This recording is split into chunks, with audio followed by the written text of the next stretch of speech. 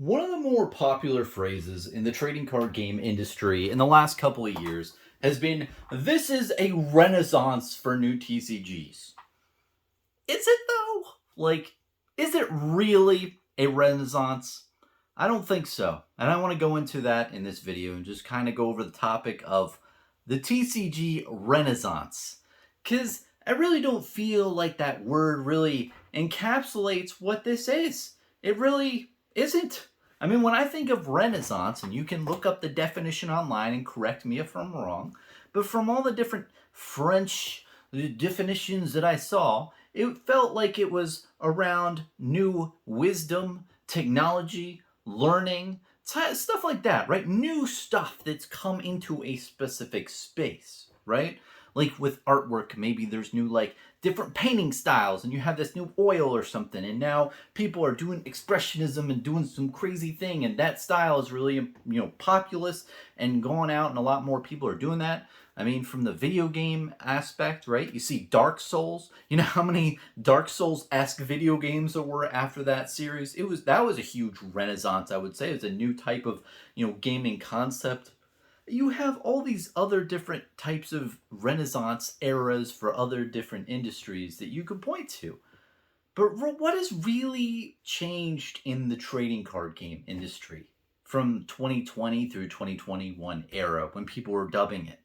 I mean, a lot of people can point to, well, Bronson, there's a lot of different TCGs coming up, and there's a lot of them. Like, okay, the populace has increased. There's a lot more of them. But has anything really changed? Now, before I go a little bit deeper, I'd like to direct you to a post that Joey from Decks and Drafts YouTube channel made about a month ago, and it really resonated with me. And this is more off the back of that post of where I'm really, resonating what he said from. And he basically said, hey, we all say that there's a renaissance, but what's really changed? And he has a point. And if you think about, like, learning, wisdom, and knowledge and new technology and stuff like that, which is how I more define a renaissance in a certain space, nothing really has changed as much. Like, if you look at the games that are coming out now and that have come out in the last 2 years, it's a lot of, like, reskinned versions of Magic, reskinned versions of Pokemon, like, just a bunch of reskinnings of stuff, and just using very, generic type of, concepts for the trading card games that are out there. I mean, Flesh and Blood is very new, I would say, for the game mechanic type of realm. You can, disagree with me if you want. I'm incredibly biased, but I think that is something you could point to. But a lot of games out there, I don't see it. It's more of a system where there's a lot more games out, and there's a lot of fear and greed from the people who are purchasing, the consumer, for, buying into a lot of these Kickstarters and other TCGs that are out there right now. And that's, like, the main driver, right? And I called this era in 2020 through 2021 the free trendies era of trading card games. And the reason being is because I think that people figured out that the alpha print, or the first print of a product, has a severe lack of supply, which increases demand. And if you get a large market in a short period of time, those boxes go up. So there's a lot of free tendies in this new trend of a TCG. It was kind of like berating that point of, hey, people aren't buying these new trading card games because they really care about the game. They just want that money, and they're worried. They have fear of FOMO that they're going to miss out, so they want those free tendies, so they buy in, sell out, and then move on to the next one. That's what I call that. And then Joey from Decks and Drafts, he has a very similar concept. It's called the Temper Tantrum era, and he's made a couple really good videos on that, where it's mainly from the developer side, right, from the publishers of these games, and essentially they can just put a product out that hasn't really been tested in any way, shape, or form, and it's going to succeed, and they know it. And it's because and this is me thinking, is the gameplay isn't really, rated or reviewed by the consumer, so they just see, like, nice marketing material and just, collectability focused, and they, buy in from there. It's, again, the whole TCG market for these new games is filled with just greed, just that oomph of wanting to make those gains and just sell out and get a quick buck, and maybe keep a little product on the side, but ultimately you get that quick fix. And I've been a part of it. I'm not going to really demonize anyone out there for getting into this type of thing. I'm this way too. You don't think I've been a part of it? You don't think I like that quick fix? I love it. It's the best feeling in the world. I'm just telling you the truth, speaking totally honestly. When you can back a Kickstarter or some stupid shit for $500 and then sell all the stuff you got, or most of it, for $1,500 and make $1,000 in like a week after waiting maybe 6 months for the product. That is the best feeling in the world. And ultimately, it is a weird type of dynamic of this whole industry, and like eventually people do get shafted. It's like the last one holding the bags gets the loss. And in a way, it is, you could equate it to a Ponzi scheme in a way, if you really do the math and figure out, okay, well, the people who got in it first make the money, and the people who get duped at the end are the ones who get the loss. But ultimately, all of us out there are you and me, right? We're all grown-ass adults, and we can make our own decisions, and we can buy whatever we want to buy. I am for a free market, and ultimately, yes, I think there needs to be more accountability, which is what Joey said in the article that I'll put down below that I highly recommend. But there should be more accountability in the space and a lot more monitoring and review so this doesn't happen in the future.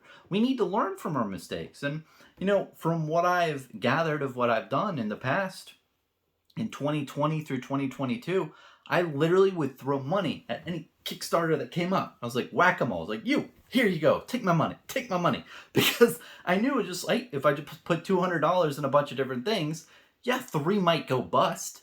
But that one that hits it may cover the others and more. And I feel like a lot of other people in the industry feel that way. And it's really more of a like addiction in a way, where once you get that win, you were like, hey, let it ride. let's find another project like this. And this whole free trendies mindset that I'm talking about is really the only thing that has been fueling the industry and why more TCGs are coming about. They're not coming about because there's more knowledge, wisdom, and new technology, new game mechanics, new types of things to put on a trading card game like holographic squares or shit. There's nothing new. There's nothing. It's just the same old shit repackaged, and people are just buying into it because they have greed and fear. Greed and fear are not new. that's the dawn. That's the age-old like dawn of man type of things that we were born with inherently, that are being abused in this industry to promote these products and new type of things. And ultimately, you could say to me, Bronson, why make a video? People just want to say it's a renaissance. Well, what's your big deal? And ultimately, yeah, I understand. You just want to use a word to describe what's happening, and renaissance seems like an appropriate word. But I think it does really mask really what's going on in a way with a pretty little word. Let's just call it what it is. It's a lot of fear and greed, and a lot of people, big money coming into the space. And, going down a little bit more rabbit hole at the end of this, there are big individuals in the background, big entities that are putting mass amount of capital in certain projects, and who do have material influence to make things seem successful and pump it in the short realm. And then, once they've made their gains over, a year time, they can, get out of it, do what have you. But, there's that aspect too. And I don't want to go too far into that. And I don't know specific examples to really put my weight behind that. But I can tell you, there's whispers, and there's, little people who, or not little, but just people out there who have, said certain things. And it's like, oh, yeah, that's, so it's kind of concerning. And ultimately, this is an unregulated market where literally anything goes. So there's that. And it's all really concerning, you know. And I think the really, if you want to really boil this down into the whole aspect of the trading card game industry and where we're at now, yeah, we had the free trendies era from, let's say, the end of 2020 when Flesh and Blood skyrocketed to about mid 2022 when shit with crypto got heavy. And yeah, and a lot of people fudded in what is it, or I won't say fud, but people didn't put money as much into trading card games because there was a big slump after mid 2022, and that's, I believe, when that era that I'm talking about in this video ended. And the big question that I have, and a lot of astute individuals out there have, is what is the new era of trading card games? Like, what is going to happen from here? Because we've gone through the free trendies era, or the temper tantrum era, or the Renaissance era. What happens now? And what I want to happen is a more accountability and more research, more where we can review gameplay and understand what games bring something new and fresh to the industry, what games truly do bring new technology, wisdom, or learning, or like new type of game, like a new fresh take at a TCG that comes into the industry that really shakes things up. And Flesh and Blood is definitely that. And I think that over time people will see more of the beauty of Flesh and Blood and how it is going to stick around, because it is something that's new and fresh and like new types of mechanics and a new deal that serves a certain market. And especially with their whole focus on target market of 16 plus on the booster box, they're focusing heavily on older individuals versus the big three who are trying to get you in your infant years. Yeah, I think that's type of a niche market's going for. That's new, and the whole game mechanic system and stuff like that.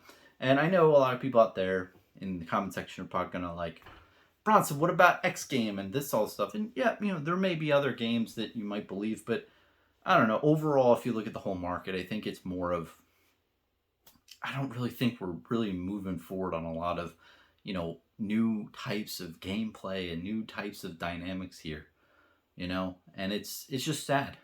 It really is, because I think in Renaissance periods and the different types of areas in the past, it's a time period where we can all learn from each other.